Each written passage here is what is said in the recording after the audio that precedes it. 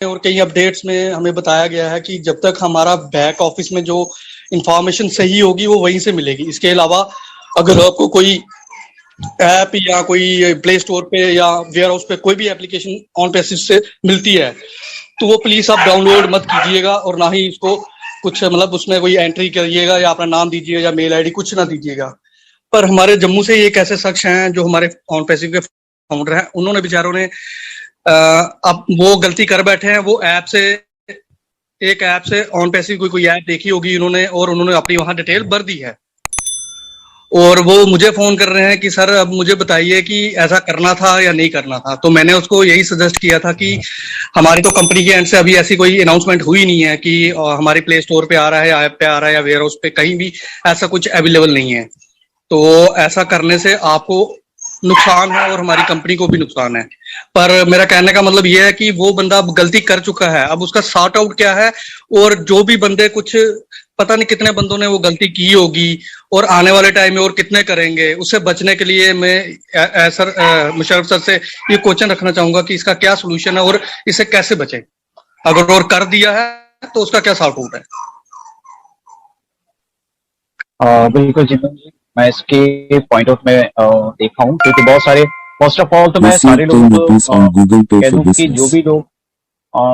On passive की website में visit करते हैं फाउंडर साइट में, ठीक है, तो आप क्रोम के साइड में आप जाकर के डायरेक्टली कंपनी की जो वेबसाइट है उस पर विजिट करके अपने आईडी पासवर्ड एंटर करें फर्स्ट ऑफ ऑल, ठीक है। और दूसरी चीज की बहुत सारे ऐसे एप्लीकेशन अभी आपको देखने को मिलेगा गूगल सर्च इंजन में, क्योंकि वो ऑन पैसिव से रिलेटेड है, बट कुछ ऐसे मतलब ऐसे कुछ साइड होंगे जो आने वाला टाइम में, वो साइड एक्चुअली क्या है कि ऑन पैसिव के नाम से तो रहेगा पर वो दूसरे प्रोसेस पे है, क्योंकि वो एक्चुअली थोड़ा मिसगाइड करने के लिए, जैसे बहुत सारे लोगों को प्रॉब्लम हुआ था जब वो सर्च इंजन पे टाइप कर रहे थे, बहुत ऐसे हैकर्स आप कह सकते हैं या बहुत ऐसे पर्सन है जो ऑन पैसिव के नाम से कुछ इंफॉर्मेशन कलेक्ट करते हैं। जैसे कि अभी अगर वो इंफॉर्मेशन कलेक्ट करते हैं तो वो बाद में एक तरह से लोगों को हार्म करने के लिए, ठीक है, हार्म करने के लिए उसमें प्रॉब्लम हो सकता है फ्यूचर में। तो आई थिंक इन चीजों से लोगों को बचना चाहिए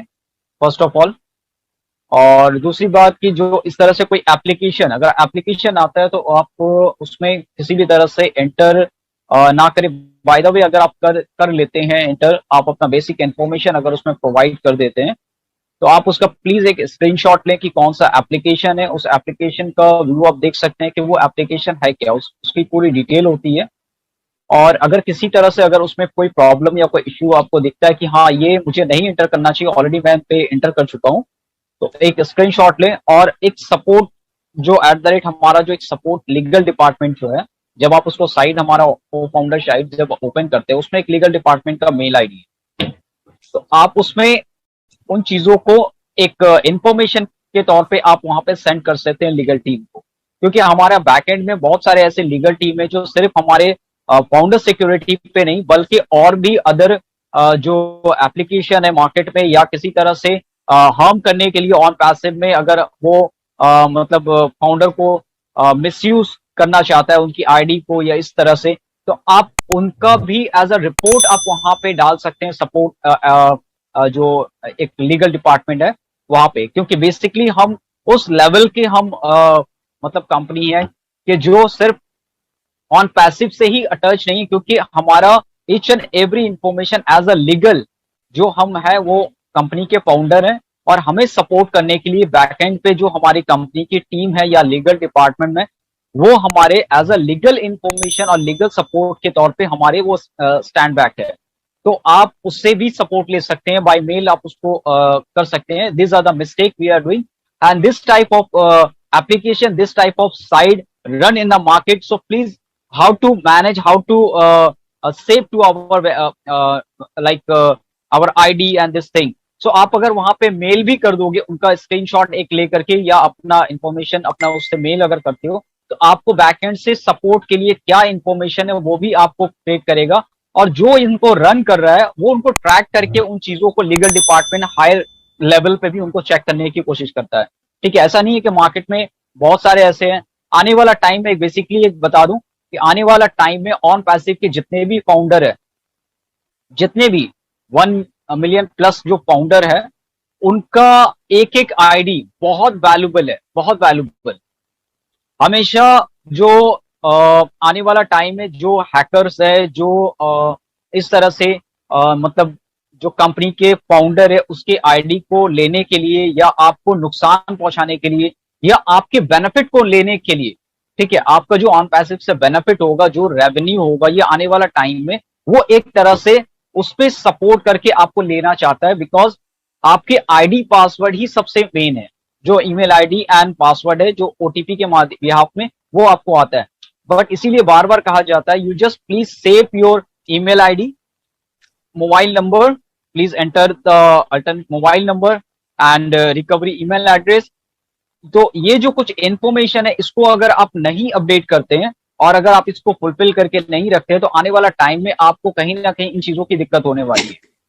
अगर आप इन चीजों पे सेफ होते हैं तो बाय द वे अगर आप एंटर कर भी देते हैं किसी भी साइड में, उनको साइड में एंटर करने के लिए, ऑन पैसिव में रियल एंटर करने के लिए उनको ओटीपी जाना जरूरी है आपके मोबाइल से। तो बाय द वे अगर वो कर भी लेता है तो ओटीपी आपके मोबाइल पे आएगा, तो वो ओटीपी को कभी भी शेयर नहीं कर सकते आप बाय फोन कॉलिंग व किसी भी तरह से वो अगर लेना चाहे। हाँ, इसीलिए सिक्योर करने के लिए मेल आईडी एंड पासवर्ड बोला जाता है, क्योंकि बाय मिस्टेक अगर कहीं पर भी वो एंटर करता है, कोई पर्सन आपका आईडी लेकर के एंटर करता है या कहीं भी लॉगिंग करता है, तो ऑटोमेटिकली आपका ईमेल आईडी पासवर्ड अगर आपको ही पता है, कहीं पे शेयर नहीं है, तो डेफिनेटली वो ओटीपी आपके मेल पे आएगा।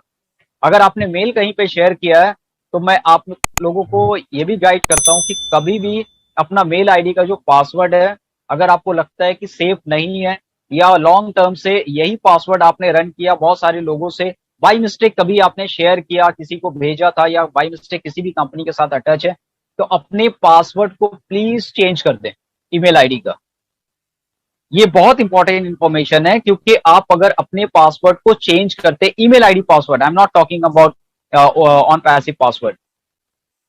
अगर ईमेल आईडी का पासवर्ड अपना सिक्योर रखते हैं तो डेफिनेटली आपके लिए वो बहुत सेफ रहेगा।